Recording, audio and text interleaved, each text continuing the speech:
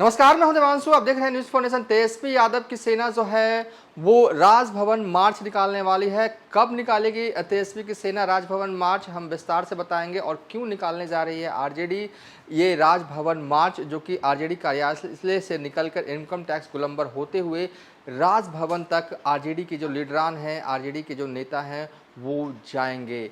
जब से बिहार में महागठबंधन की सरकार बनी है तब से तेजस्वी की सेना जो है, आरजेडी के कार्यकर्ता जो हैं, आरजेडी के लीडरान जो हैं, कई मुद्दे पर विरोधाभास रहा है केंद्र सरकार से।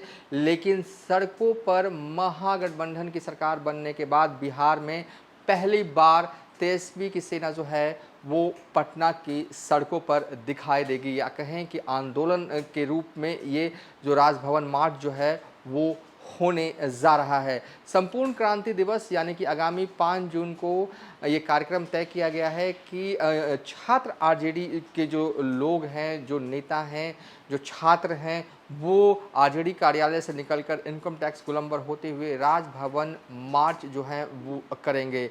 हाईकमान यानी कि तेजस्वी यादव की परमिशन जो भी है वो मिल गई है छात्र आरजेडी के नेताओं को। तेजस्वी यादव ने साफ तौर पर कहा है कि अगर आप इन मुद्दों को लेकर सड़क पर उतरना चाहते हैं, राजभवन मार्च निकालना चाहते हैं, तो बेशक आप निकालिए। और छात्र आरजेडी के प्रदेश अध्यक्ष ने हमें ये जानकारी दी है। छात्र आरजेडी के प्रदेश अध्यक्ष हैं गगन कुमार, उन्होंने हमें जानकारी दी है कि आगामी 5 जून को वो और उनके जो कार्यकर्ता हैं वो पटना की सड़कों पर होंगे और राजभवन मार्च निकालेंगे।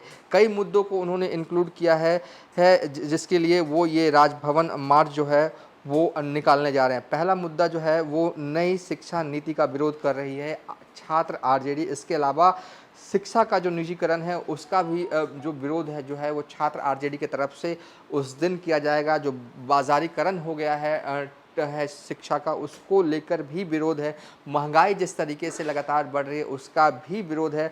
संवैधानिक एजेंसियों का दुरुपयोग जिस तरीके से किया जा रहा है, लगातार आरजेडी की तरफ से जो आरोप लगाए जाते रहे हैं सीबीआई या ईडी पर कि केंद्र सरकार जो है वो इस्तेमाल करती, उसका भी विरोध है। और साथ ही भारतीय इतिहास के साथ छेड़छाड़, यानी कि भारतीय इतिहास के साथ छेड़छाड़ कहने का मतलब है कि आरजेडी के नेता या तेजस्वी यादव खुद कई दफ़ा ये कह रहे हैं कि जिस तरीके से नए संसद भवन का निर्माण जो है वो कराया गया है देश के प्रधानमंत्री नरेंद्र मोदी के द्वारा, वो इतिहास के साथ छेड़छाड़ है एवं देश में फैली अराजकता के विरोध में संपूर्ण क्रांति के दिवस के मौके पर छात्र राष्ट्रीय जनता दल जो है वो राजभवन मार्च जो है वो निकालेगी। समय जो बताया गया है वो दिन में 11 बजे से आरजेडी कार्यालय से निकलेंगे छात्र आरजेडी के नेता, आरजेडी के लीडर्स। उसके बाद इनकम टैक्स होते हुए राजभवन मार्च जो है वो जाएंगे। बहरहाल राजभवन तक वो पहुंचते हैं या नहीं पहुंचते हैं ये तो उस दिन पता चलेगा। लेकिन जिस तरीके से छात्र आरजेडी